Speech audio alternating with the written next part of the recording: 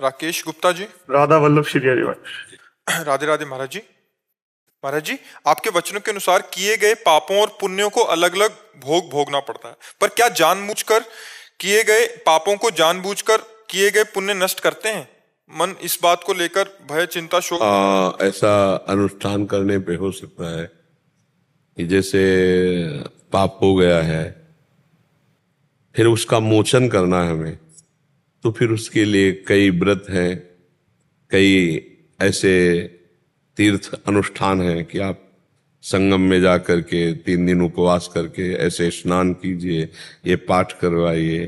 तो कई ऐसे अनुष्ठान, जैसे ब्रह्म हत्या हो जाए, परिस्त्री गमन हो जाए, कई तरह के महत् पाप हो जाए, यदि हो गए हैं और वो जीव अब अंदर से व्याकुल हो चुका है कि मैं अब कभी गलती नहीं करूंगा, लेकिन इसका प्रायश्चित होना चाहिए, तो फिर श्रीमद् भागवत महापुराण का जैसे पाठ है और संतों को उनकी सेवा कर देना, तीर्थ याटन में जाकर के ब्राह्मणों को बुलाकर विविध शास्त्रों के अनुष्ठान करवाना शास्त्र पद्धति से, तो फिर पाप का प्रायश्चित हो जाता है। या स्वयं जैसे चंद्रायण व्रत है, बड़ा कठोर व्रत, इससे बड़े बड़े पापों का शमन हो जाता है।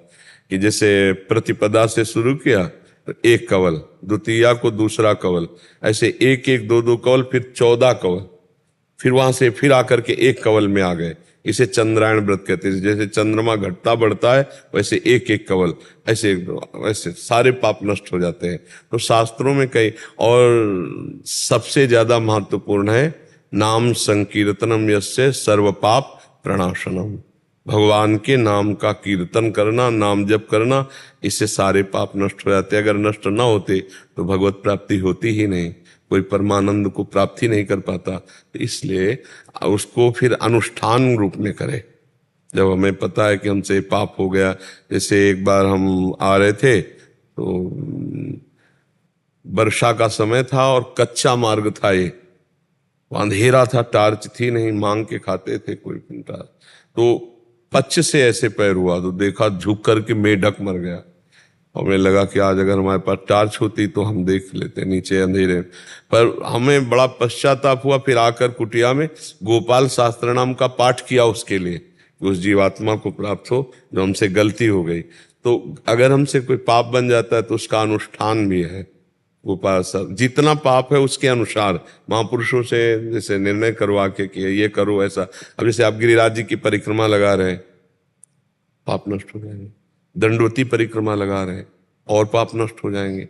जितना कष्टपूर्ण तीर्थवास, जितना कष्टपूर्ण व्रत, जितना कष्टपूर्ण हम साधन करते हैं, उतने पाप भस्म हो जाते हैं। ऐसा होता है। महर्षि, दैनिक क्रिया में मैं नौकरी में हूँ, तो वहां नौकरी में इस प्रकार के पाप हैं जो हमें पता है कि हमसे हो रहे हैं और हमारी मजबूरी है वो करना। अब उनसे हम बच के नहीं निकल पा रहे हैं, तो उनको हम इस प्रकार से कम करने का प्रयास करते हैं जैसे कोई अनैतिक धन है तो उसे हम कहीं दान पुण्य में लगाएं। नहीं, वो फिर नहीं ठीक रहेगा। हमारी बात को आप समझिए कि अगर जैसे आपने किसी संत को रुपए दे दिए तो अधर्म से आए हुए धन से वो जब संत प्रयोग करेंगे तो उनकी बुद्धि में अधर्म का ही प्रकाश होगा। अधर्म ही बार बार प्रेरित करे, गंदी बातें प्रेरित करेंगी। हाँ, ये जरूर है कि अगर अधर्म का पैसा हो तो रोग निवृत्ति के लिए अस्पताल में दे दे या गौ सेवा में दे दे, ये तो चले, लेकिन संतों को अधर्म का पैसा न दे, नहीं तो बुद्धि संतों की खराब हो जाएगी और भजन में बाधा। मंद व्यक्ति को, जरूरतमंद किसी व्यक्ति को कोई आवश्यकता हो, हाँ, ऐसा भी कर सकते हैं। ऐसा, पर हमें लगता है प्राथमिकता पहले 2 की दें। एक तो औषधि, जहाँ ऐसे चैरिटेबल हैं, जहाँ मतलब फ्री में डॉक्टरी की जाती है, या गौ सेवा, गौ समर्थ है वो सब खा पी के, तो हमें लगता है कि ऐसा कर लो।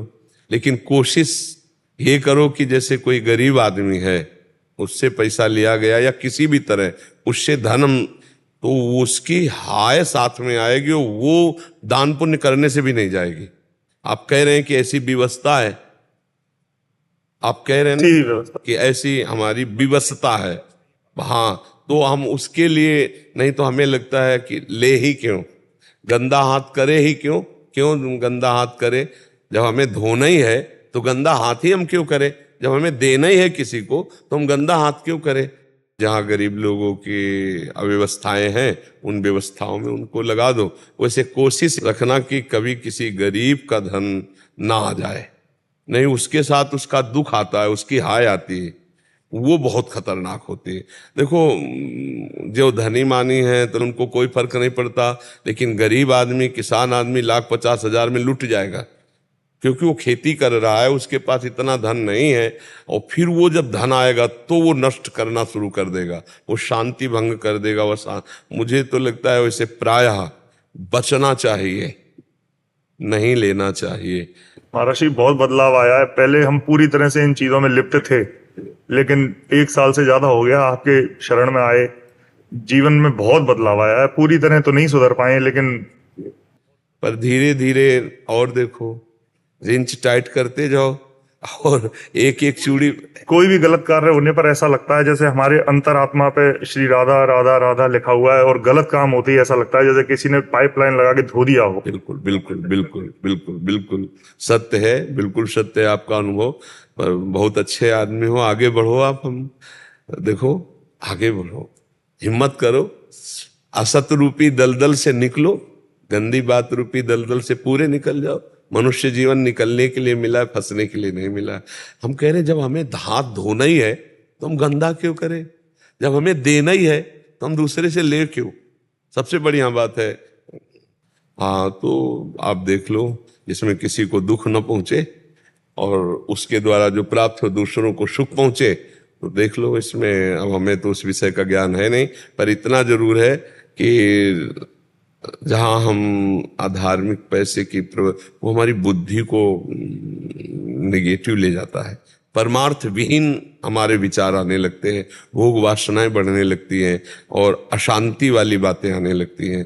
तो जहां तक हो सके धर्म से चलने की चेष्टा करो, और जब ऐसा कुछ हो तो ऐसी जगह दे दो जैसे हजारों गौएं भूखी प्यासी, तो उनकी पानी की व्यवस्था, भोजन की व्यवस्था ऐसा कर दे। या बहुत से ऐसे लोग हैं कि ऐसे रोग से पीड़ित हैं, औषधि की व्यवस्था नहीं, तो जहां ऐसी व्यवस्था हो वहां थोड़ा सहयोग कर दे, ऐसा कर दे।